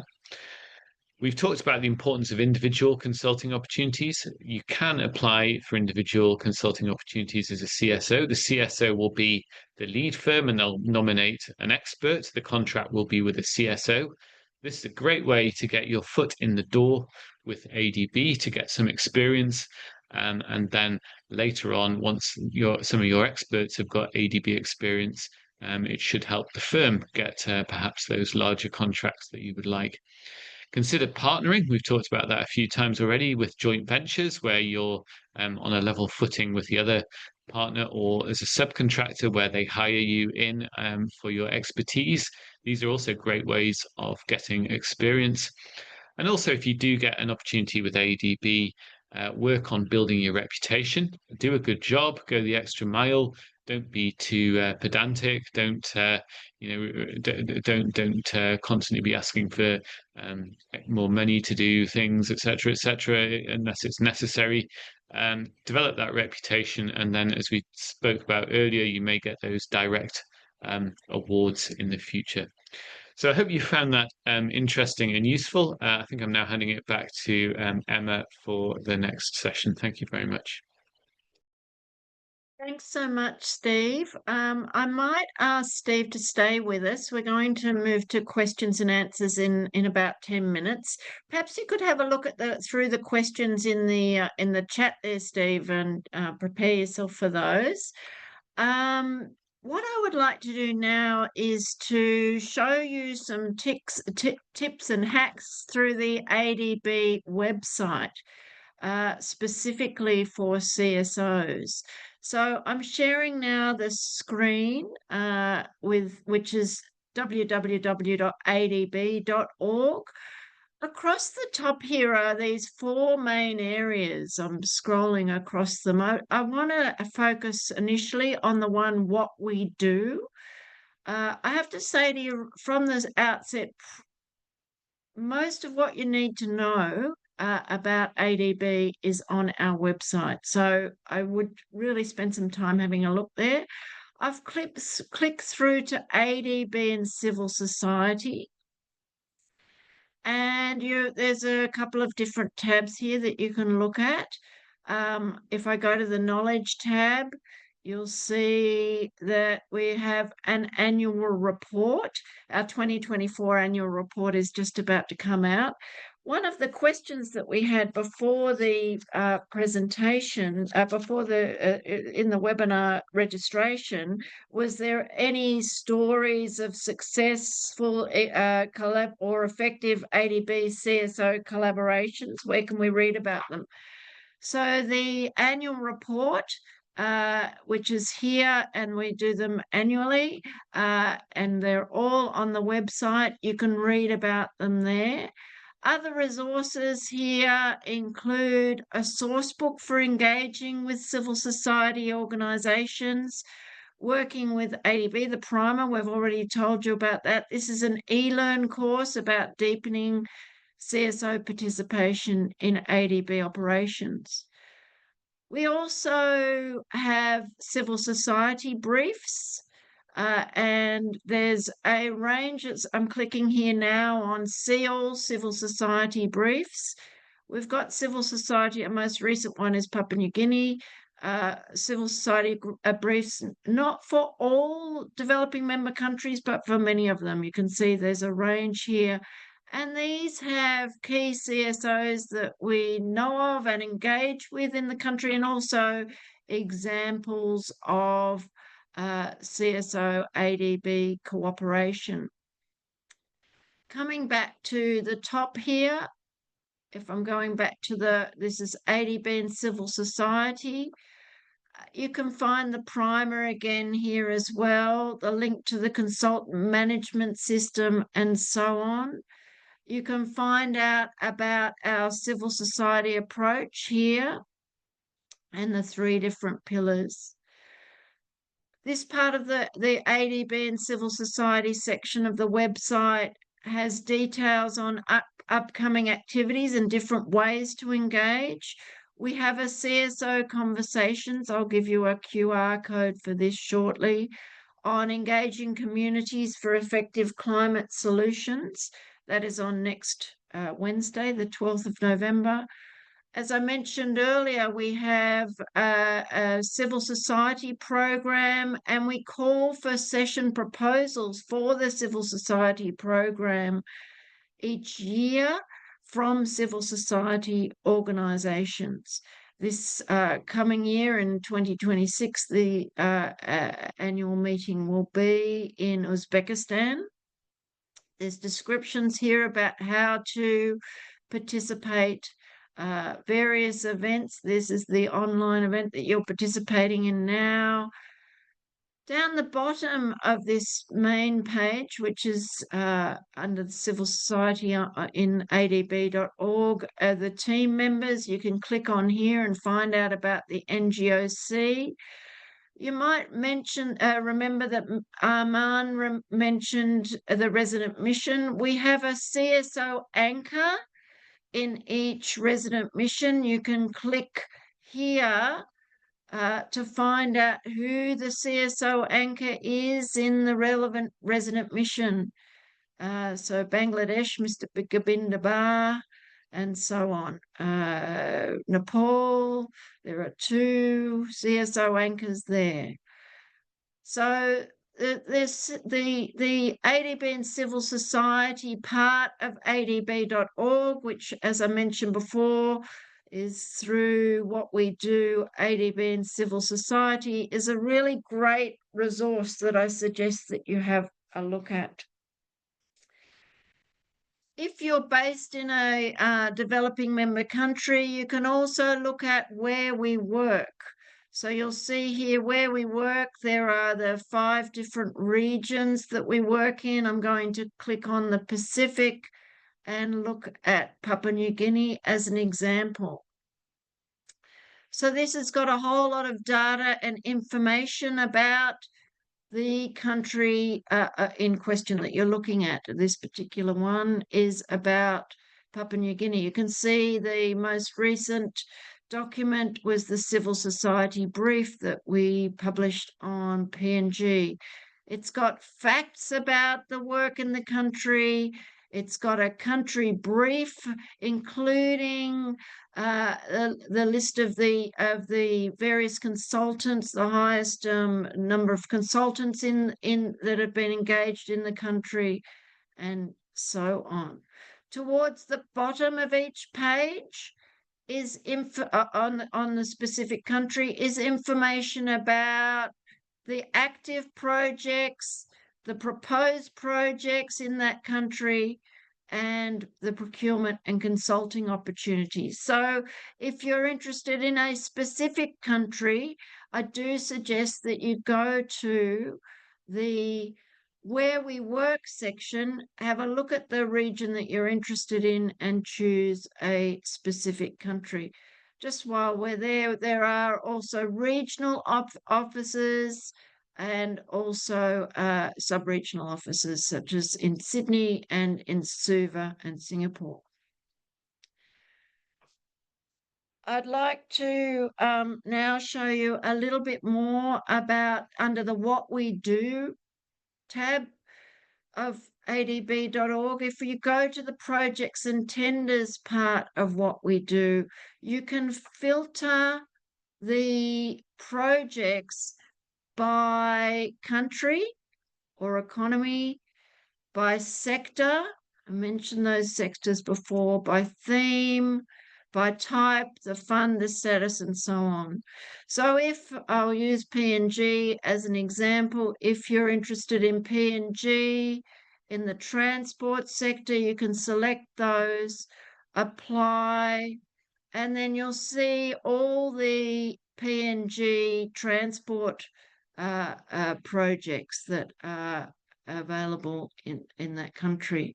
When you look at the specific projects in that country, I think that I need to clear my search and do that again. But when you look at them, you can see I'll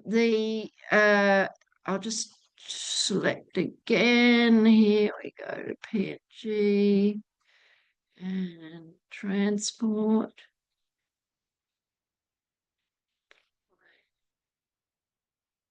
You can see the various projects that are approved, proposed, active, and so on.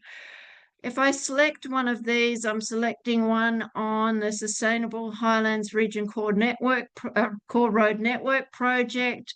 If I go to well, first of all, we can see the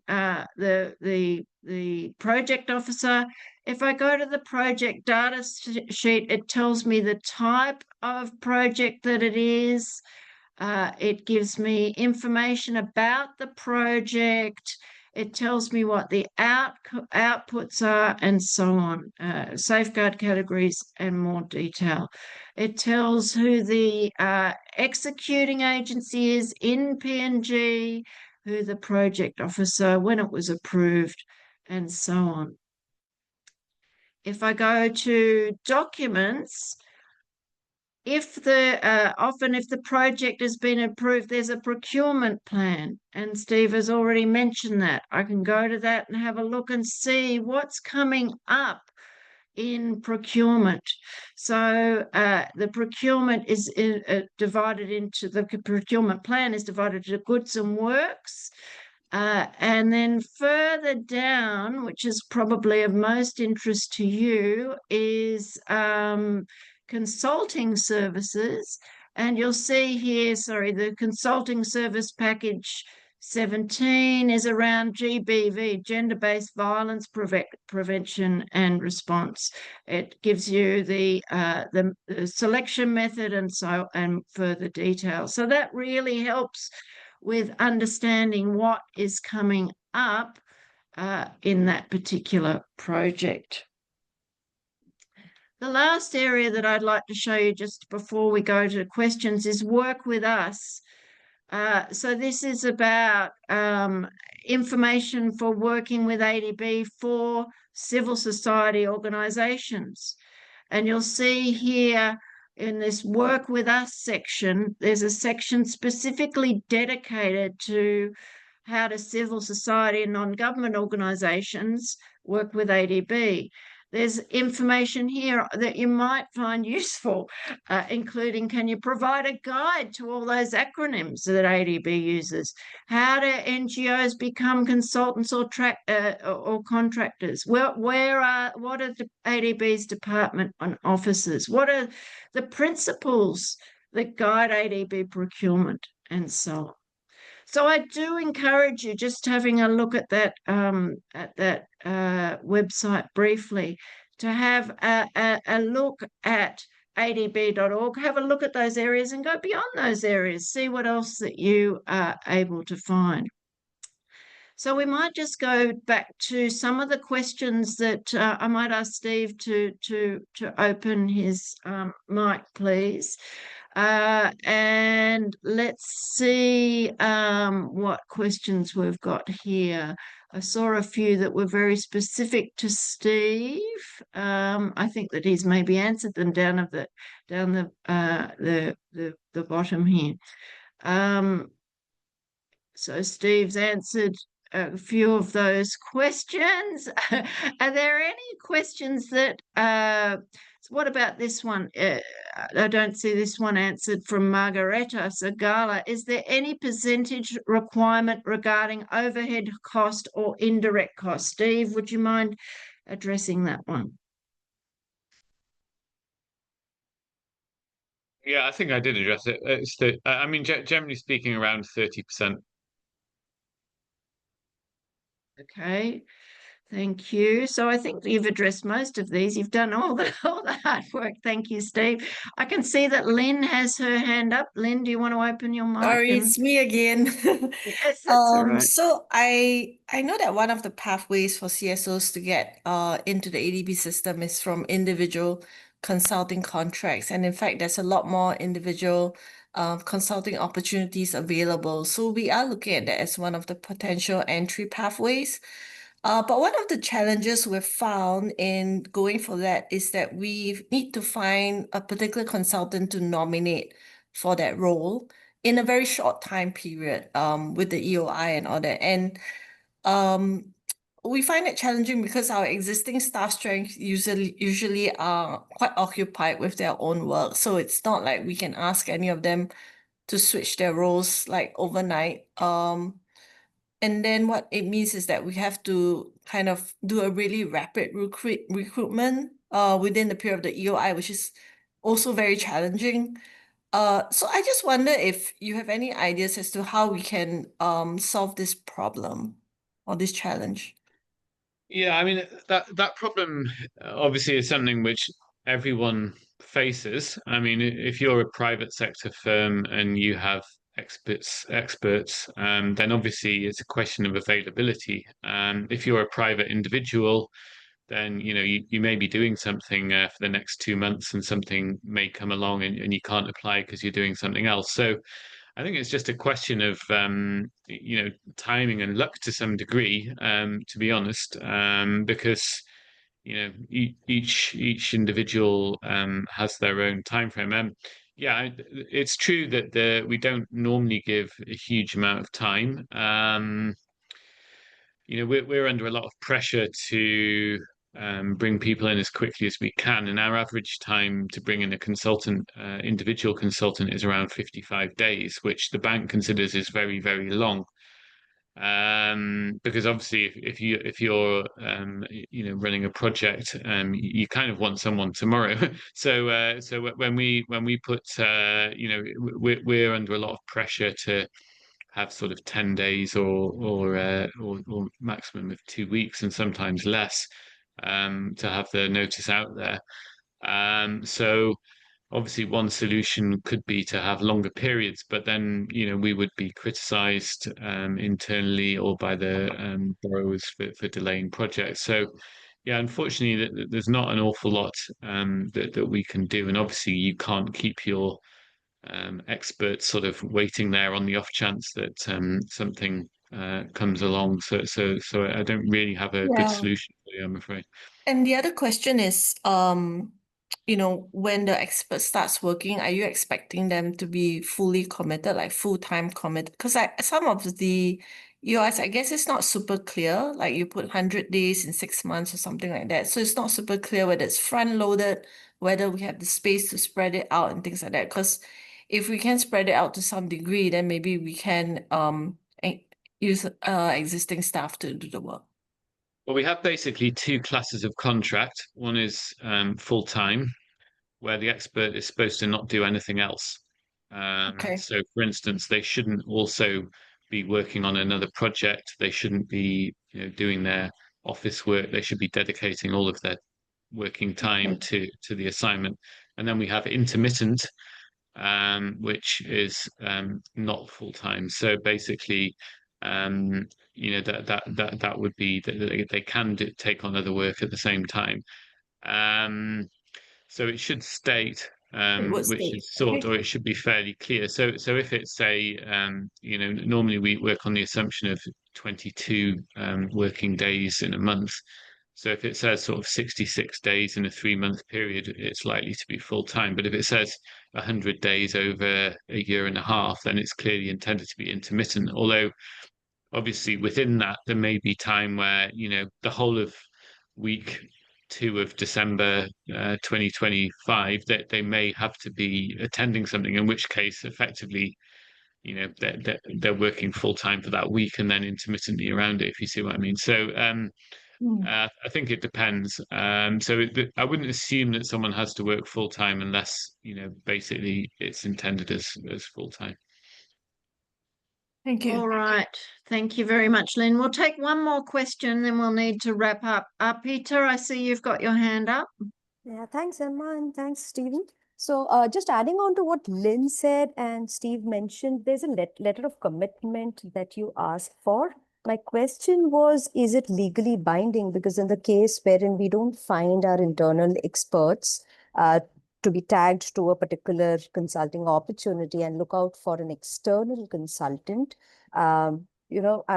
given that we may or may not receive that and the consultant may or may not be available for the entire duration. So just wanted to understand if the letter of commitment has some implication or legal or is has a legal binding.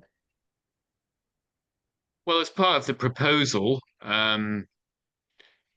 you have to honor the proposal. So in other words, if you say an expert is available, you'll have a Gantt diagram to show when the expert is, you intend to deploy them, and you'll say how many days you expect the expert to work, and that becomes binding. So obviously, if the expert says, I don't know if I'm available, then you shouldn't put them in. What happens in practice, of course, is that sometimes the expert says, yes, I am available. You put them in, and then, the expert gets put on some other work. Perhaps they belong to a subcontractor, perhaps they're one of yours, but, you've bid on many different projects.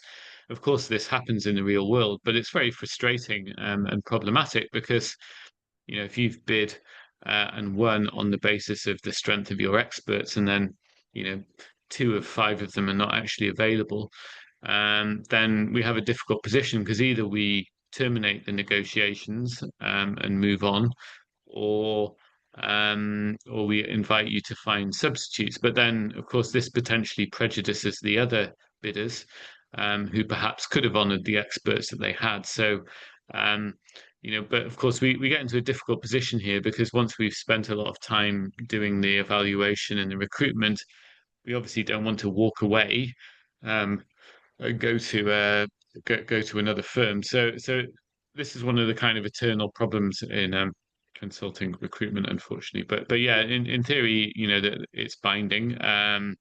Providing it's all in good faith, then obviously, there wouldn't be any action taken. But we do find times, particularly, we get certain sort of body shopping consultants who basically don't really have much of a legal entity.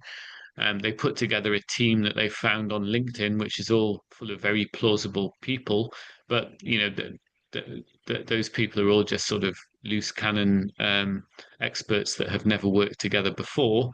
And this often means there's no cohesion, there's no corporate identity, there's no leadership structure. It doesn't work very well. So these are things that we want to avoid. What we want to do is work with entities who have got sort of solid rosters of experts who are reliable and available. Thanks. Just a quick top up. I'm sorry, Emma, but does having a consultant who's already working on an ADB project, I mean, is it a conflict of interest if we were to kind of engage the person who's currently engaged with one of the other ADB projects?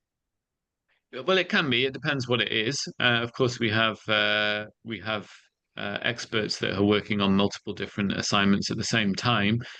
It tends to be things like, we have rules on conflict of interest. So, for instance, a consultant shouldn't do something like give advisory services to purchase some goods that they prepare, for instance, obviously, because that's a conflict of interest. A consultant shouldn't, for instance, work on terms of reference for downstream work. So, for instance, if you draft some terms of reference, which perhaps only you can do, and then you bid for it and get it, then that's clearly a conflict. And there are other examples as well. So, for instance, you may not be able to work for the borrower and for ADB on the same assignment, because you may be conflicted. You may be representing both sides of the lender-borrower dynamic. So there can be various circumstances where there's a conflict, but just the fact that you're on another one doesn't another ADB contract doesn't, as of itself, create a conflict. Thank you so much. Thanks so much. We do need to wrap up now, so I'd like to thank Steve particularly and Arman for joining. I'd also like to thank all of you and ask you to do one more thing, which is to look at and fill in our evaluation. So I'll ask Char to please put the evaluation up. While that is going on, I'd also like Char to share some slides about an upcoming activity that I said that I would mention, which is the next slide, please, Char. The Engaging Communities for Effective Climate Solutions, which is part of our CSO conversation session. It's on next week, 12th of November. And you can register using the QR code that's there on the screen, or through the link that has been put in the chat. So please do join us for that. Part of the way to get involved in ADB is to, first of all, engage on knowledge. So please do come and join us. Next slide, please. We're also always very interested in learning more about you. So if you have any videos that you would like, very short videos, please, 3 to 5 minutes, short videos about your organization and the specific work that you do, we are very interested in receiving those. The guidelines there are written below, and perhaps we can put the email that you can email us on in the chat. So if you have any short videos about your organisation, we're particularly interested in finding out more about organisations that are interested in working with ADB, then please do send that through. So then if we can go to the next slide, I think we've already done the evaluation. The last slide, please. Thank you, Cha. Thank you for joining us. We really appreciate the time that you've spent with us. We do hope that we're able to see you at one of our knowledge events in the near future. Please do follow our pages, and you can see those. We've got various pages on social media as well as adb.org. You can scan those using that QR code or click on the bit.ly code. I think that also in the chat we have a sign up for our newsletter. We have a biannual newsletter. If you want to find out more about what NGOC does, then you can find that sign up link, I think, on Linktree that we've just put in the chat now. So thank you very much for your time, and good afternoon, good morning, and good evening to you all. Thank you.